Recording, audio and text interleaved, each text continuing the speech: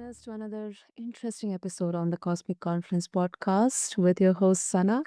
And we are having today a very, very special conversation here. Now, you know that on the Cosmic Confluence, we have conversations where we weave the threads of soul, science, and strategy to create more conscious, connected lives. Now, for this episode, listeners, I'm so excited to welcome Arlene Cohen Miller. She is a powerhouse of wisdom, blending her roles as a work life balance coach, attorney, certified meditation facilitator, and holistic counselor. Now, with decades of leadership experience and personal transformation, Arlene helps people, especially women, craft lives filled with patience, kindness, peace, and joy.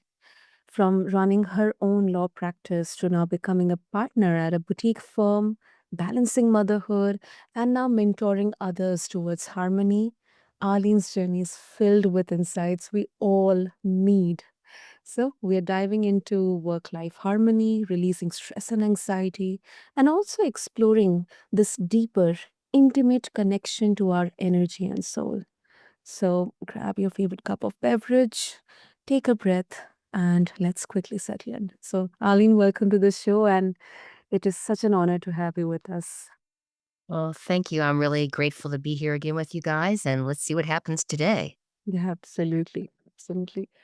Okay, Arlene, let's start with the work life balance part. So, work life balance and work life harmony has kind of been in discussion for such a long time. So, how do you define this and how it is different from the typical balance we often chase?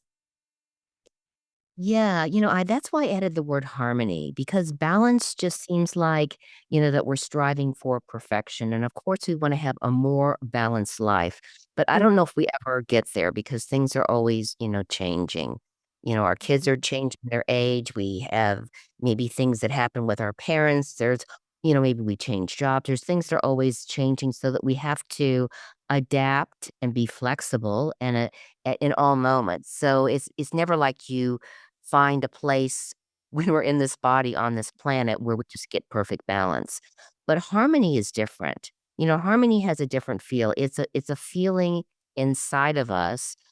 It's Mhm. not that things are perfect, but we just are in a place where we have more of a singing heart, no matter what the challenges are, what the difficulties, what the obstacles are in our life. We feel more centered and in our heart and grounded, fully present here in the planet, so that we have the ability to handle whatever's coming up in our life with more grace, with more ease, with more flow, even if our circumstances haven't changed. Mm.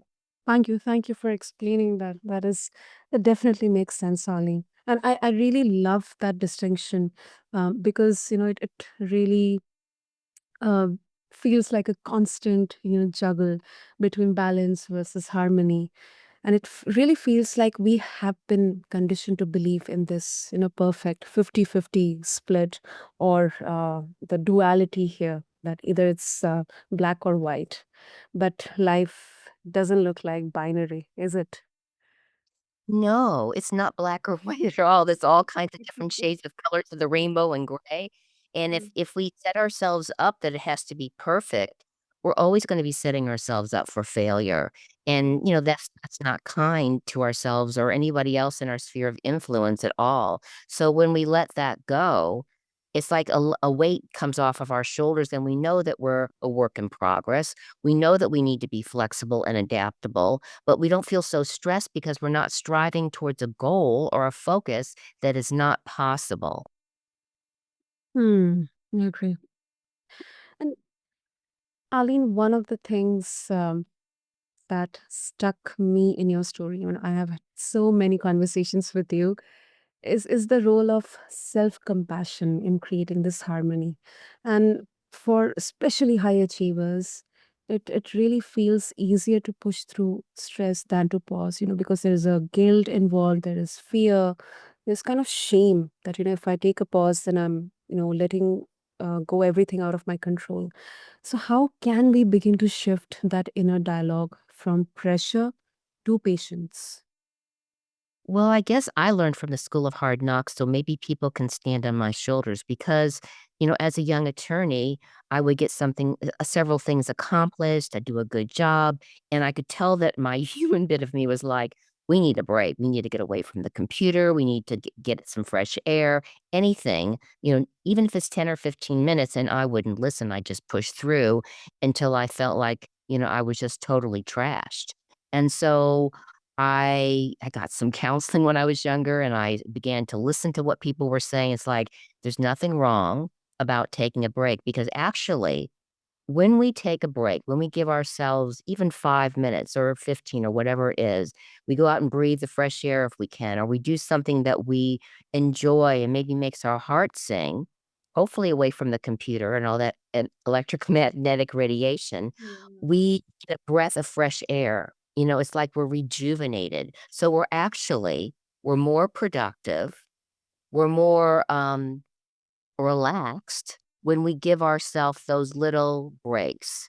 It's like we get a little refresher moment and we're ready to come back and do something new. And it's the kind thing to do to ourselves. And when we give ourselves that kindness, when we give ourselves that consideration, our cup fills up with love.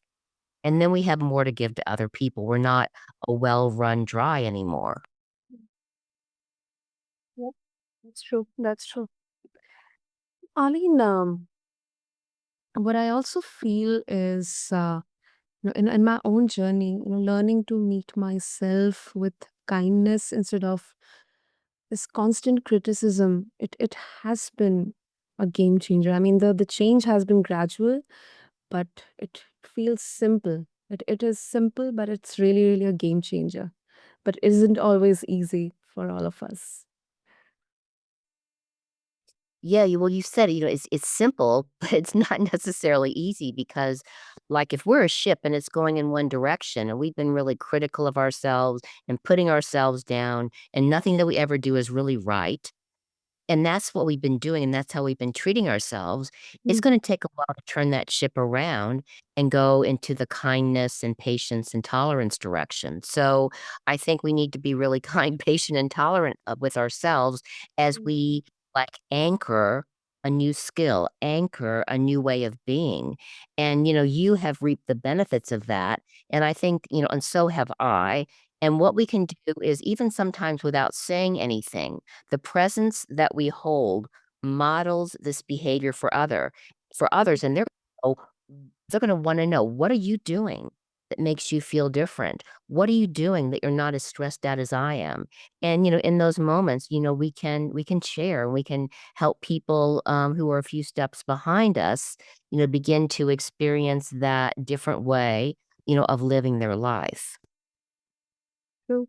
That's true. Okay, and I love this question, Arlene. So we often talk about stress and anxiety, like, I mean, they are kind of inevitable in this fast-paced world. But from your perspective, as both a meditation facilitator and soul guide, how do you see stress as an energetic disruption? And what practices help recalibrate our energy fields when we are caught in that storm? Yeah, so when we feel stressed or we feel anxious, what we are, holding a space of fear. There's only really two feelings on this planet. There's a bunch of different variations. One is love and one is fear.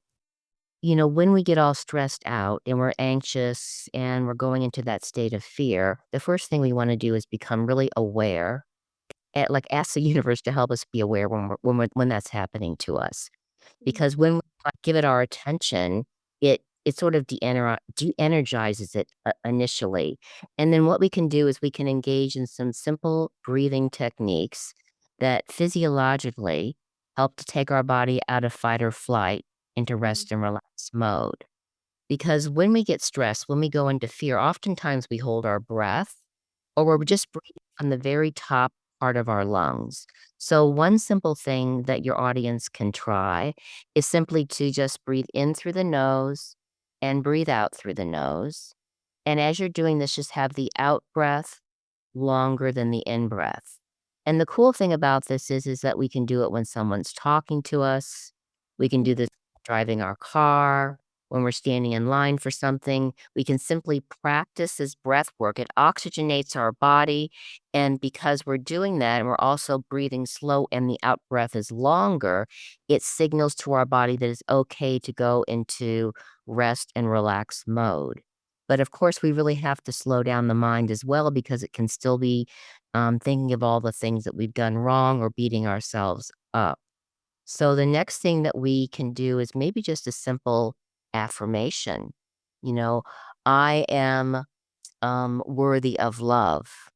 I love and accept myself as I am, warts and all. So we have those bright, shiny bits, and we have those bits that aren't so bright and shiny. But we're loving and accepting all of ourselves, even the bits that maybe before we have rejected, because we're works in progress and we can begin to lift those bits up. So simple breath work, a few affirmations. I love and accept myself as I am, warts and all. I am worthy of love can begin to turn the ship around. Hmm. And do all these techniques work all the time, Arlene, or it kind of increases its effectiveness with consistency or the frequency of practice? I always feel that practice makes permanent. There's no things that practice makes perfect, but practice does make permanent. So, what we can do to work with ourselves is to practice these simple breathing techniques and affirmations. And of course, there's if your audience find out other ways that they can reduce their stress, please go ahead. We can walk, we can exercise. There's all sorts of ways like that. But when we practice it, when we feel good, then what happens is that when we get stressed out, it becomes a part of, like, our emergency toolkit.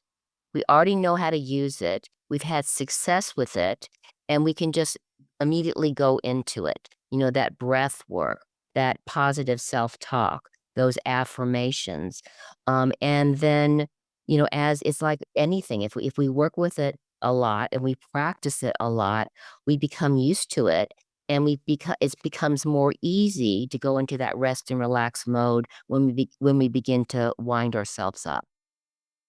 Absolutely. Absolutely. And Arlene, let me put a bit of a uh, kind of flipped question here. So there's this cultural myth that being constantly busy or even overwhelmed, it is somehow proof of success, that grind is necessary. But we always like to question those narratives, at least, on our platform, on our podcasts. So, how do you challenge the belief that stress is the price we have to pay for ambition? And what does the soul say about this? Well, I think if you really talk to people, they already know in their heart of hearts that something's not working, or they wouldn't be coming to us, for assistance because it's gotten to a point that it's not working anymore. So you know, uh, what makes our heart sing, what brings in that singing heart is like what's connected to our soul, our greater self. And the greater self just says, go forth and have experiences. I want you to evolve. I want you to grow. And if you can do it joyfully, that's great. But if you choose to suffer, that's your choice as well, but you don't have to. So when we learn from our experiences, what did I learn from this? When I was going, and getting more and more and more stressed out, what have I learned about myself? What have I learned that works for me and doesn't work for me? What have I learned about how productive I am or not when I'm so stressed out? And so when we begin to learn from these experiences and really be grateful for the learning of these experiences in our life, in Mhm. addition to awareness, then it's easier to make that change because we have that knowing inside of ourselves from our, on the ground experience of what's working and what's not working, no matter what anybody else is saying.